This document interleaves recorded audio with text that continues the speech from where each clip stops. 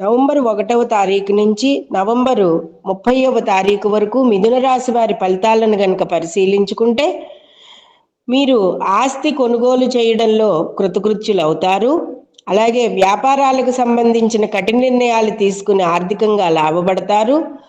ఇక జన్మగురుడు ధనస్థానంలో, కుటుంబ స్థానంలో, వాక్ స్థానంలో సంచారం కాబట్టి కొన్ని విషయాలలో మీరు ఆర్థికంగా లాభపడే అవకాశాలు ఎక్కువగానే ఉన్నాయి.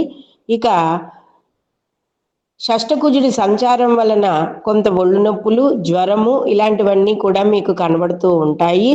అలాగే అర్ధాష్టమ శుక్రుడి ప్రభావం వలన కూడా కొంత చిన్నపాటి అనారోగ్య సమస్యలు ఇబ్బంది అయ్యే అవకాశం ఉంది. వృత్తి ఉద్యోగ వ్యాపారాలలో ముందంజలో ఉంటారు. ఇక జర్నలిస్టులు, కళాకారులు, సినీ కళాకారులు, టీవీ రంగ కళాకారులకు సంబంధించిన వారందరికీ కూడా ముందంజలోనే ఉన్నారు. అలాగే విదేశీయానాలు సఫలీకృతమవుతాయి. అన్ని రకాలుగాను కూడా ఏ సమస్యలు రాకుండా ముందుగానే జాగ్రత్తలు తీసుకుంటూ ఆ జాగ్రత్తలు పాటిస్తూ ముందుకు వెళ్తూ ఉంటారు. సంతానం విషయంలో ఆనందంగానే ఉంటారు.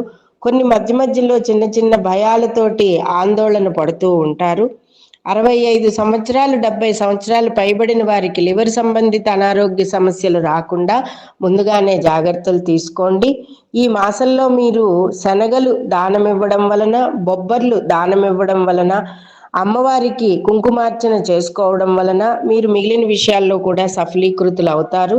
ఈ మాసం అంతా కూడా దత్తాత్రేయుడిని ఆరాధన చేయడం వలన, సుదర్శన మంత్రాన్ని జపం చేసుకోవడం వలన మీరు అన్ని విషయాల్లో సఫలీకృతులు అవుతారు.